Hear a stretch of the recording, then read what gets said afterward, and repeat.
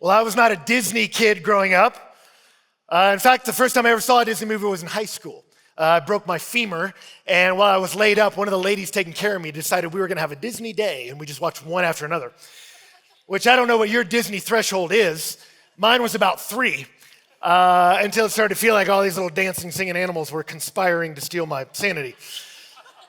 So it wasn't until later that I saw one in the movie theater. It was Lion King, which, yeah, you've heard of. Okay, so you remember the part, I'm about to spoil the plot. Everybody good with that? Okay, yeah, I know, shocking. You remember when the king lion, the father, Mufasa, falls and he's not getting up? He's dead? Remember that?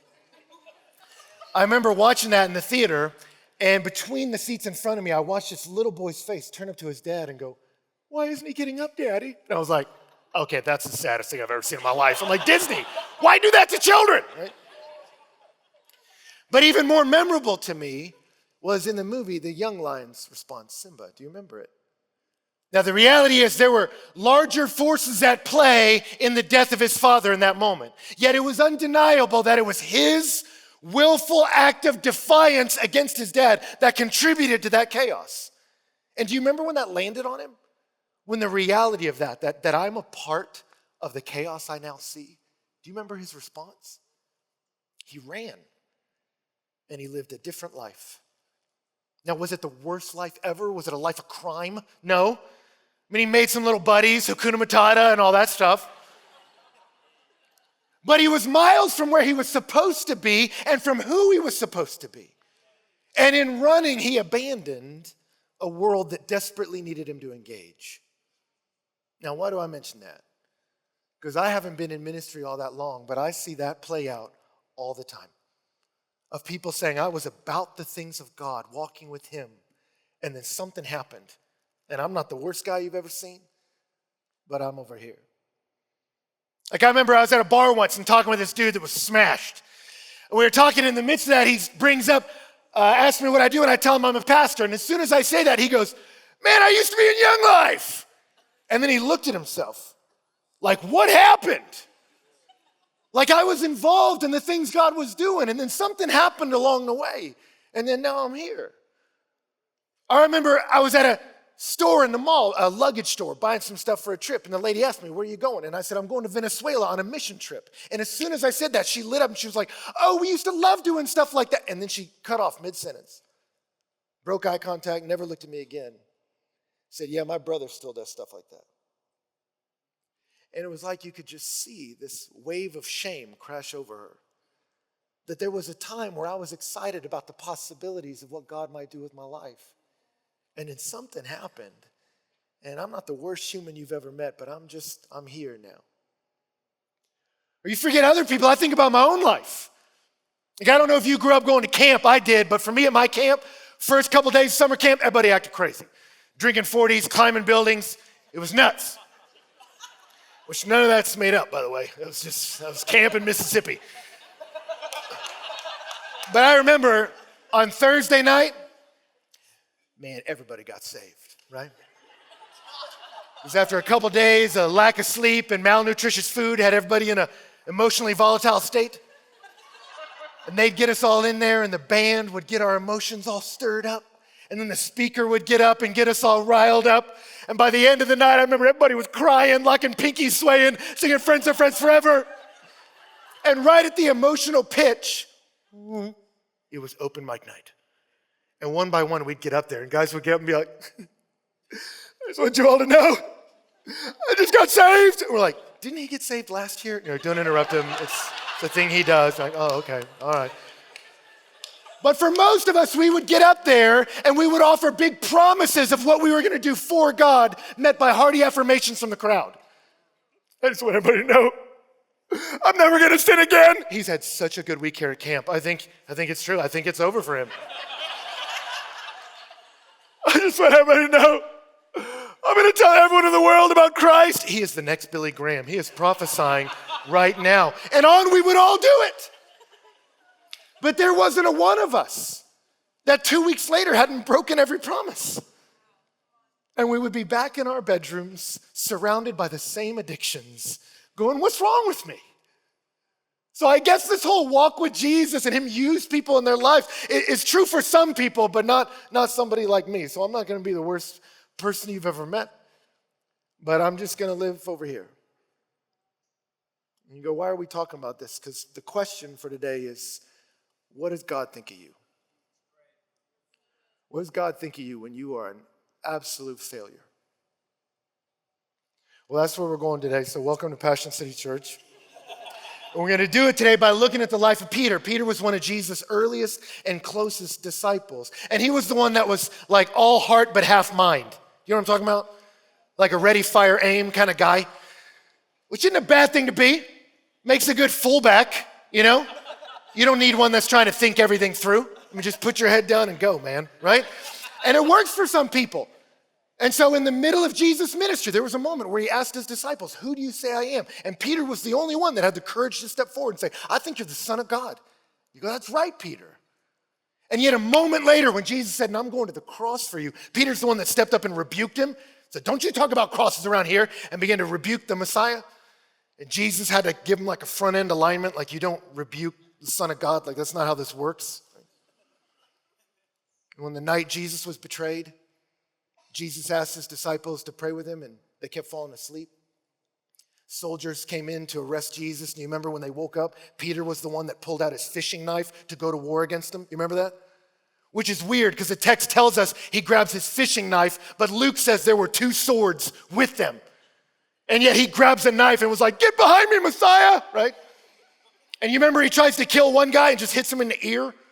He's trying to end a dude and gets a lobe. He just wasn't an organized guy. Jesus tells him to knock it off. And they arrest Jesus, and they lead him to that courtyard. And Peter and John follow.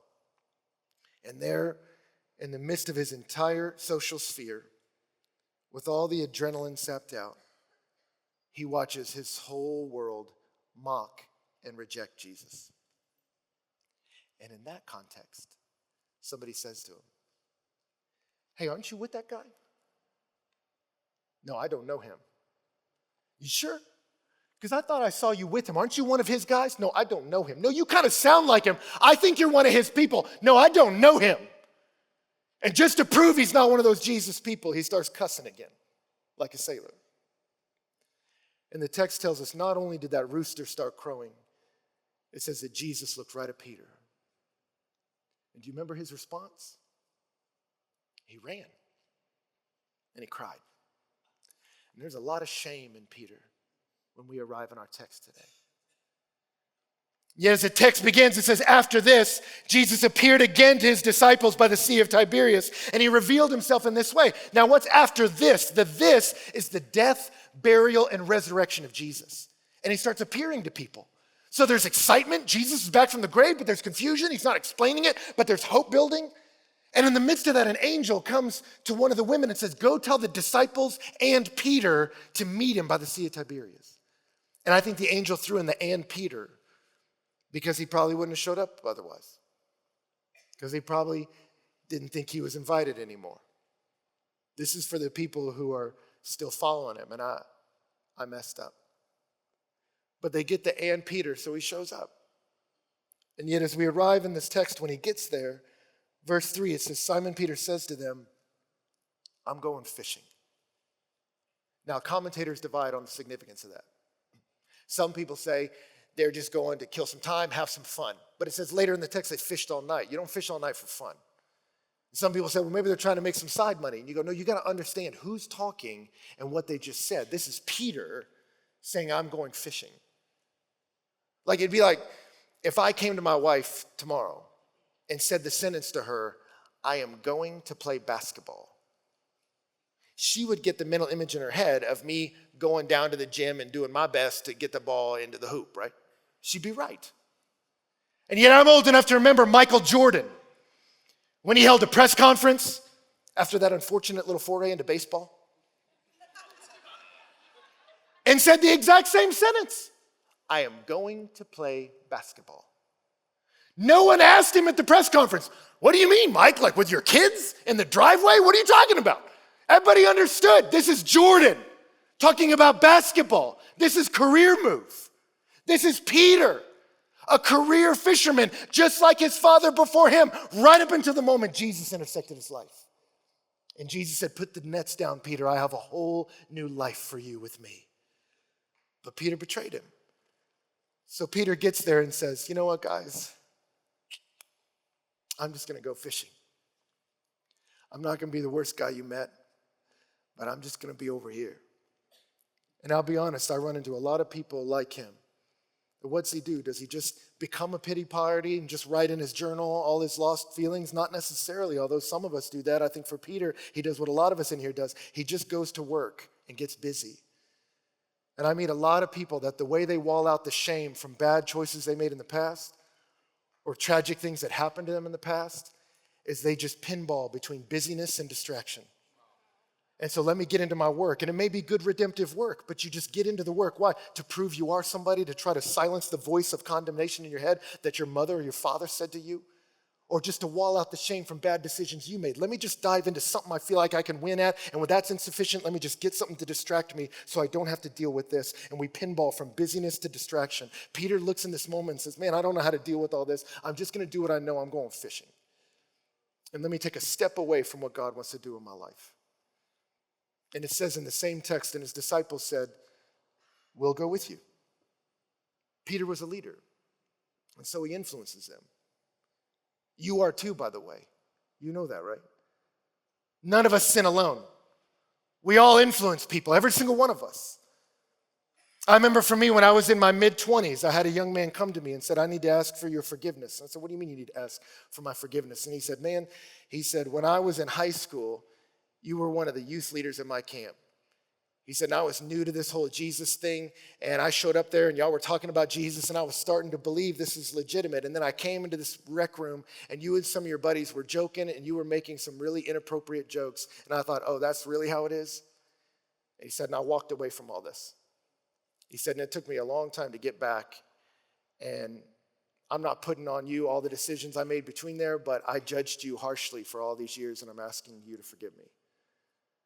And when he said that, I realized I didn't even remember the moment he was talking about. But I didn't dispute it. But it hit me in that moment. I'm not responsible for every decision he made in life. But my words carry weight.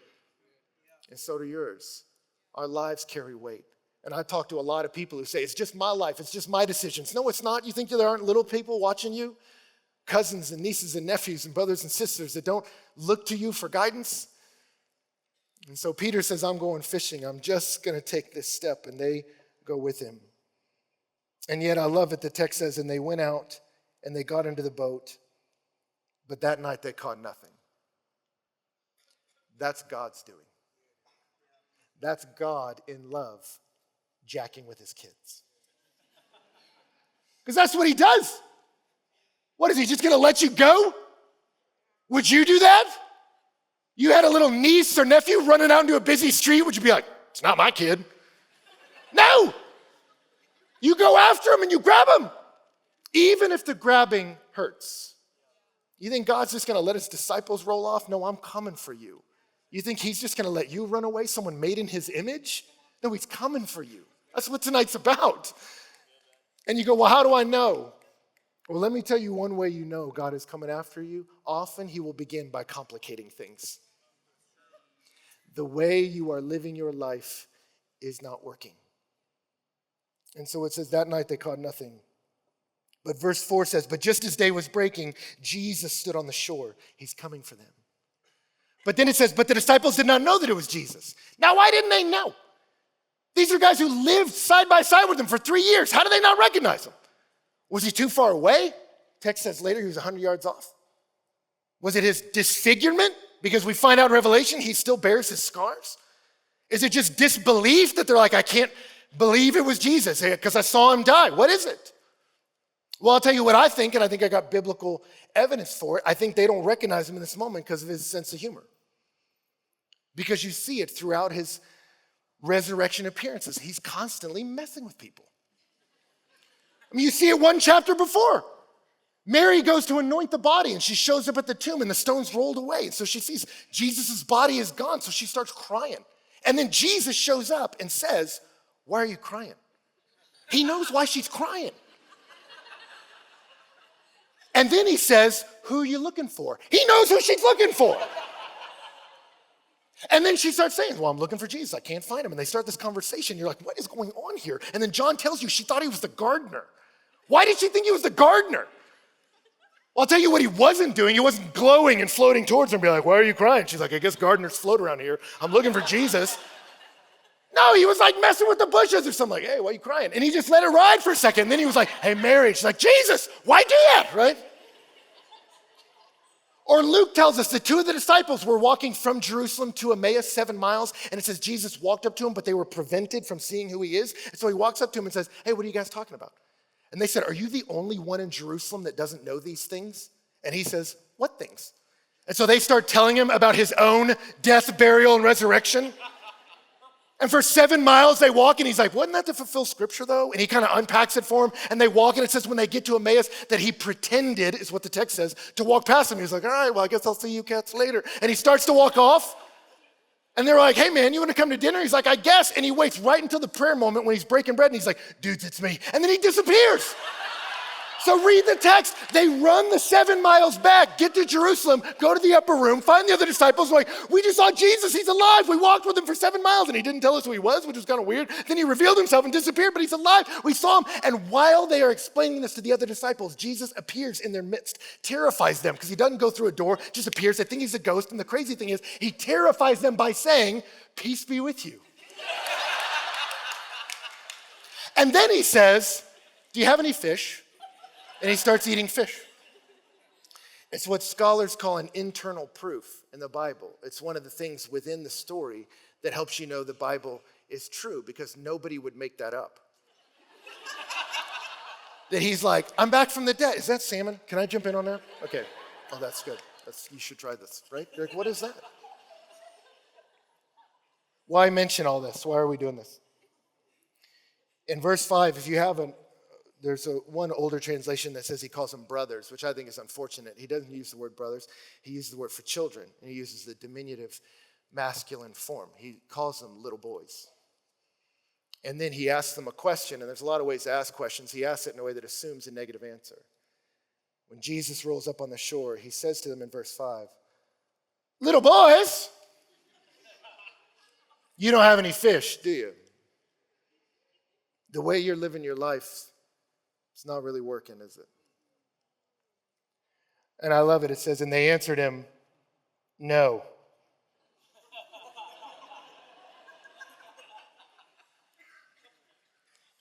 And he said to them, cast the net on the right side of the boat, and you'll find some. So they cast it, and now they were not able to haul it in because of the quantity of fish. Now, some of you hear that, and you go, I've heard this story before. Cast the net in, no fish, switch sides, a bunch of fish. I've heard this before. Well, maybe you heard it here. Maybe you heard it in Luke chapter 7, because this isn't the first time Jesus did this miracle. He does it here, and he did it at the beginning of his ministry on the day he first called Peter to walk with him. And I love the way the movie Jesus of Nazareth does it. I don't know if you're a connoisseur of Jesus movies.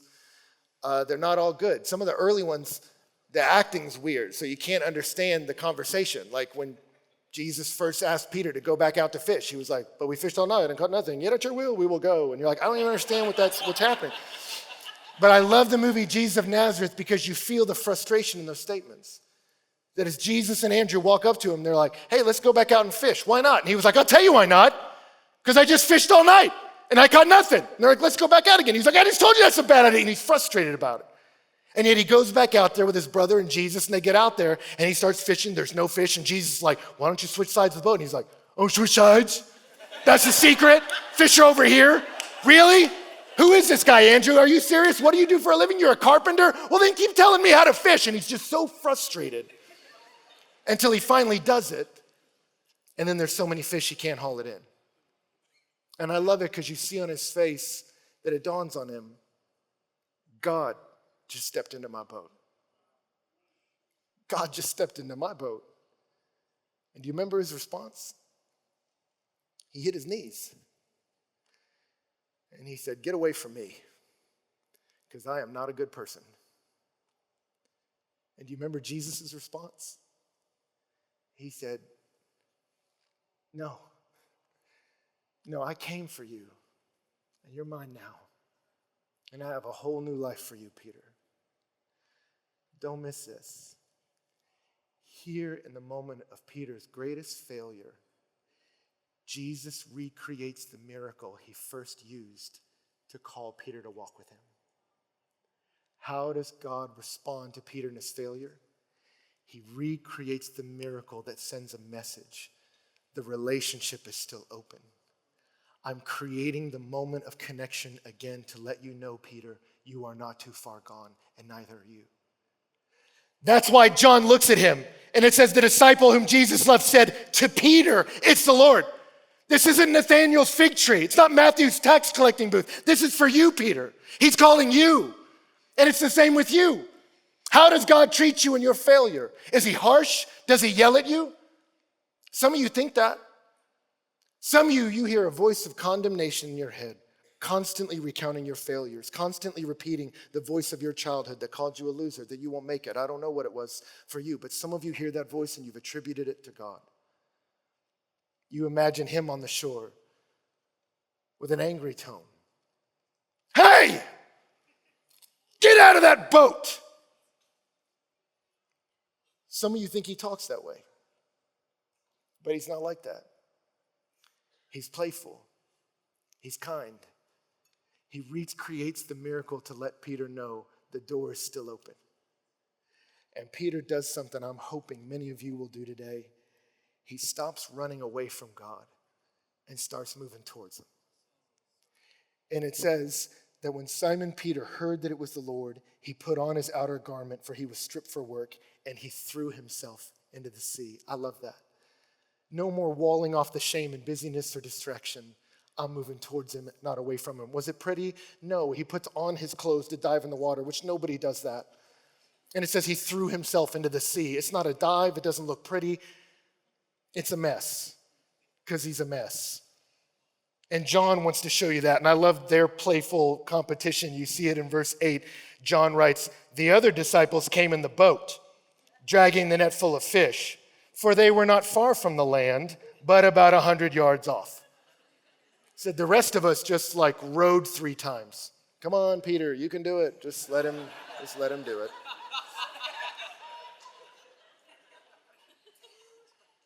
And some of you, you're here and you're like, you know what, man, I am far from God. But I don't know the right words to say. I don't know the rules here. I don't know how to do this. You don't have to be pretty. It doesn't have to look clean. It just has to be honest. It doesn't have to be a dive. It can be a throwing yourself into the sea, and it counts.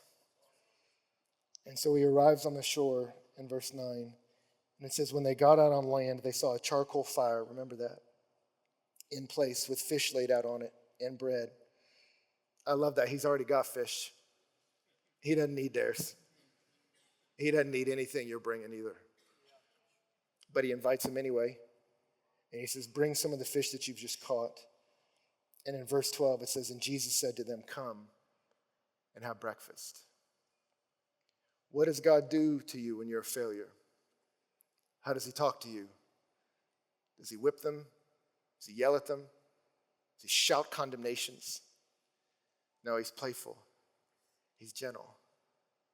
He cooks them breakfast. Why does he do that? Because you eat breakfast with people you like. That's why.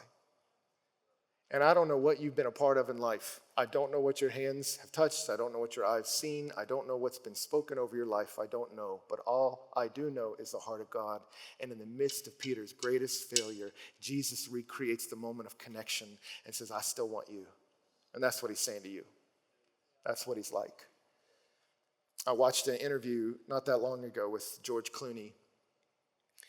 And as a kid, he said he would feel so much guilt over his sin and his failure, he would put gravel in his shoes and then put his shoes on and jump off his bunk bed and land on them to punish himself for his sins because he thought that's what God wanted. That's about as far from this as you can get. That's not what Jesus is like when you're a failure. He's kind. He's gentle. He cooks breakfast. The relationship is still open. So they sit down, and I don't know if Peter was going to be able to eat much. Honestly, I don't know. because he sits him down by a charcoal fire. Now, I don't know if you know this. There's fires all over the Bible. You probably know that. There's fire everywhere. People starting fires all over the Bible for various reasons. Charcoal fire is a very specific word. Actually only shows up 2 places in the Bible. It shows up here, and it's the type of fire Peter was warming himself around on the night he denied even knowing Jesus. So Jesus recreates the moment of connection. I still want you, Peter. The relationship is open. It's not broken. But then he recreates the moment of Peter's great failure and says, but we have to deal with this. We got to talk about this. And so he pulls him in. And it says in verse 15, when they had finished breakfast, Jesus said to Simon Peter, Simon, son of John. He never calls him that. Peter didn't pick it up about the fire. He got it there. Jesus never called him by his full name. It's like when your mama would call you by your full name. Benjamin Clayton Stewart. I got to go, boys. Why? I don't know, but it's bad. Simon, son of John, you love me more than these? Now, commentators divide on what the these are. Some people think it was the disciples. Because Peter, on the night Jesus was betrayed, said, all these other guys will fall away, not me. They'll reject you, I won't. Some people think this is Jesus looking at him and saying, Peter, do you still think you're that tough on your own? You think you can do whatever God requires on your own? You think you can handle life on your own? Do you still think you're that big a tough guy without the need of my grace? Is that still what you think?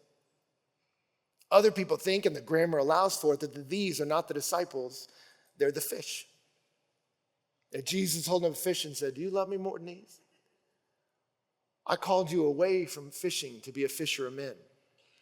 I called you to be something more with me, Peter. Are you just going to settle for a safe income? Is that all you got as a vision for your life? What do you love more, Peter? What do you want more? I don't know which it is.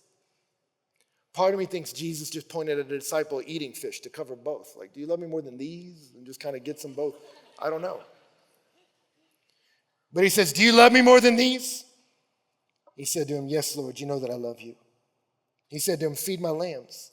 And he said to him a second time, Simon, son of John, do you love me? And he said, yes, Lord, you know that I love you. And he said, tend my sheep. And he said to him a third time, Simon, son of John, do you love me? And Peter was grieved because he said to him a third time, do you love me? And he said, Lord, you know everything. You know that I love you. And Jesus said, feed my sheep. Now, is Jesus being mean here?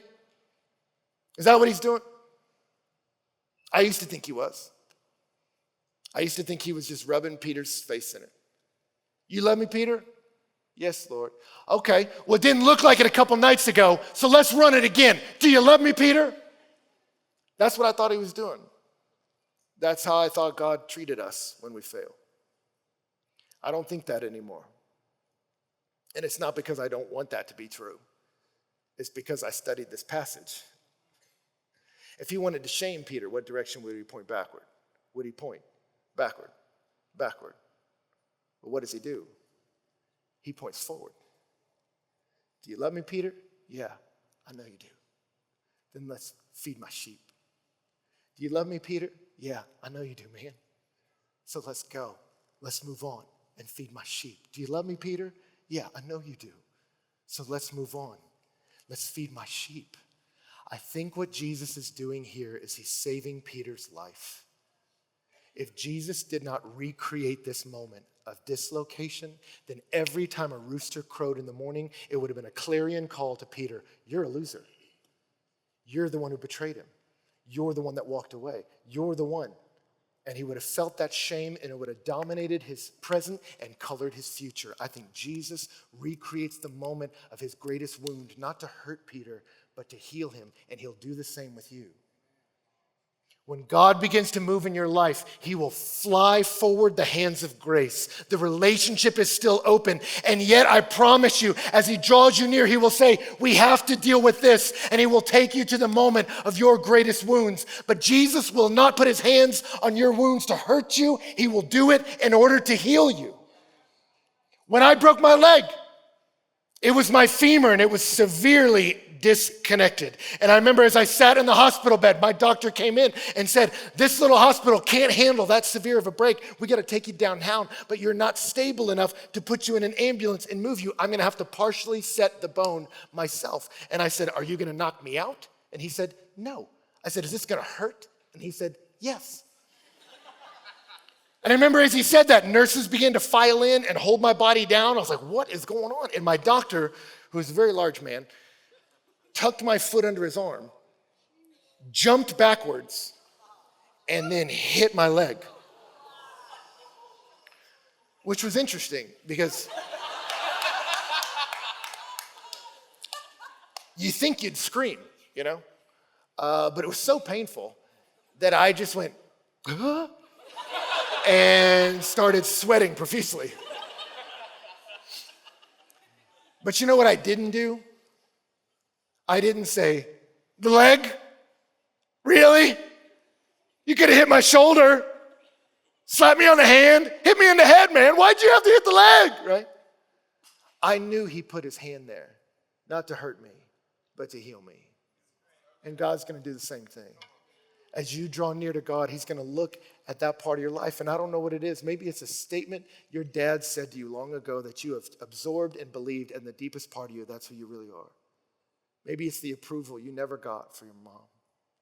Maybe it's that thing you did that you don't want to repeat to anybody else, not even to yourself, but the shame of it haunts you. Some of you, the sins of the past completely determine the way you walk into a room like this, whether or not you make eye contact with us, how you talk, how you speak, what kind of work you do, and how you go about it. Some of us are so dominated by the wounds of the past. They are dominating our present and determining our future. And Jesus wants more than that for you. And so he will take you to this place of wounding, not to shame you, but to take the shame out.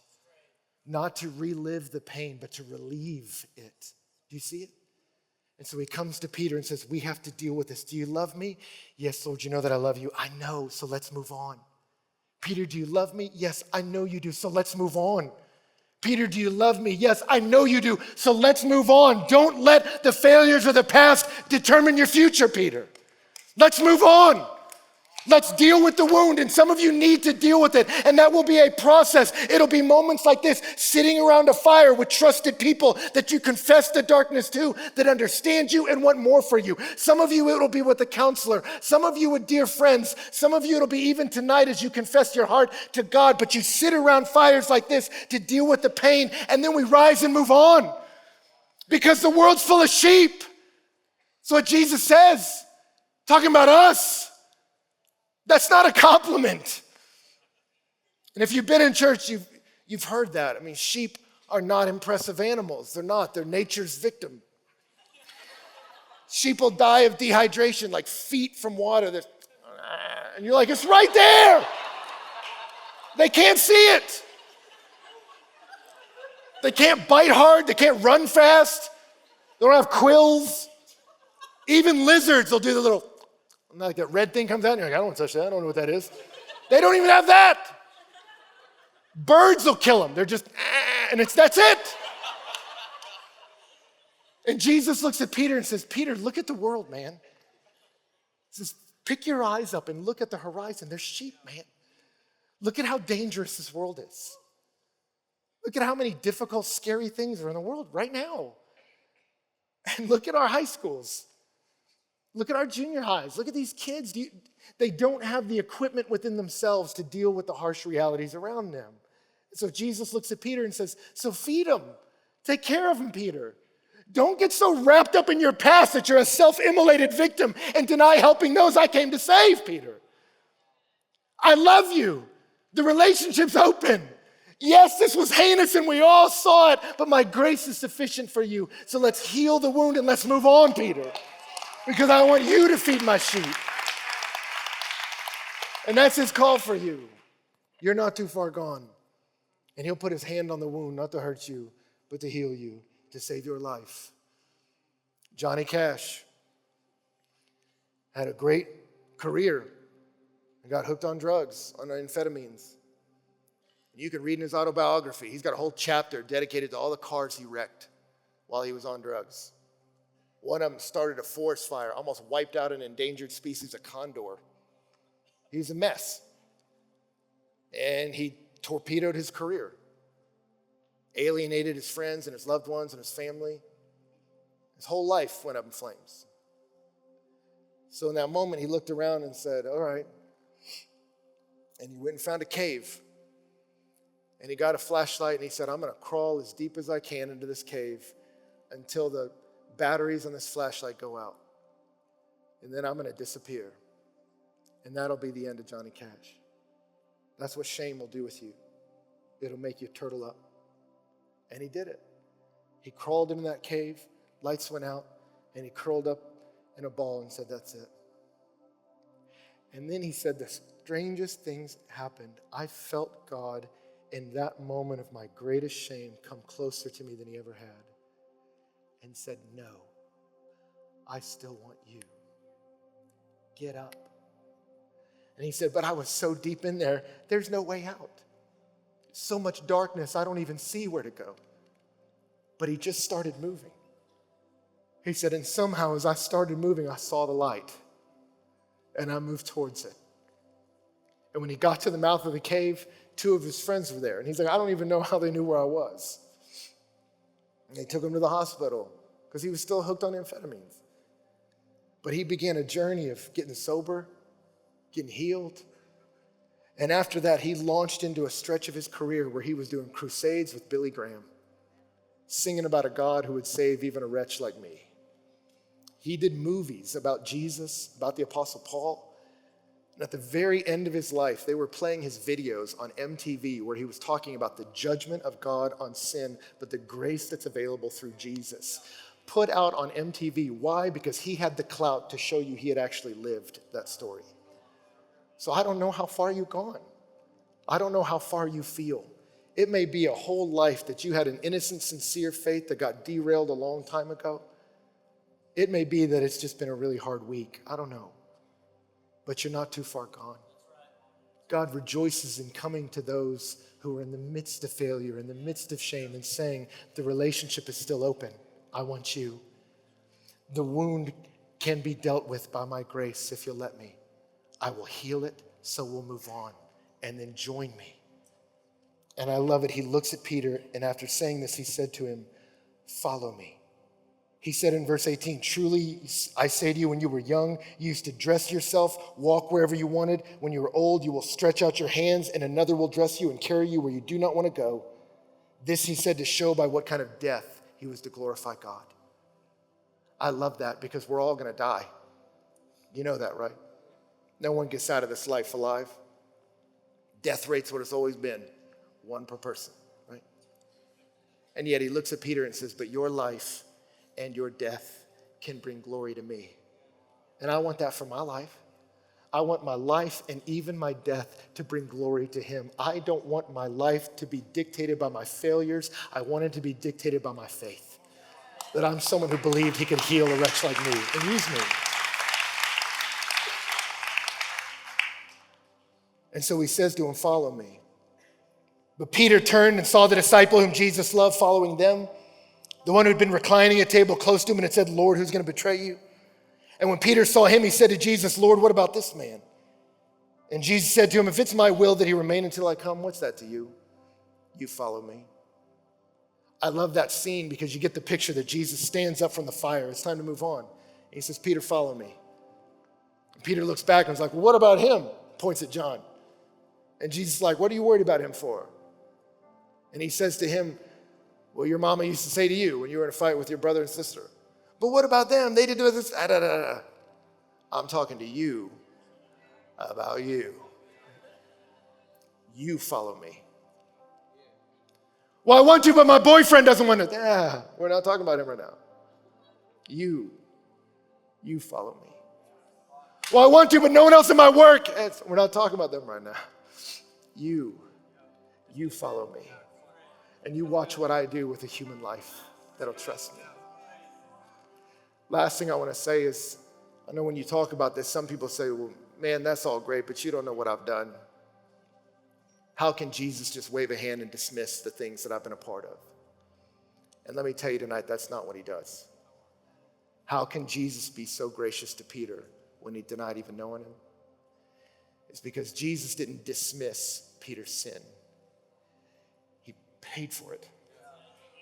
Jesus can be gracious here because this happened after this. What is this? The death, burial, and resurrection of Jesus. He looked at him and said, I know what you did, Peter, and I paid for it. I know what you were a part of, and I buried it, Peter. I know what was dominating your life, and I put it in a grave, Peter. And I'm rising to tell you, I've forgiven it, and I'm calling you to move on. And it's the same thing he can do for you and for me if you trust him. If you trust him.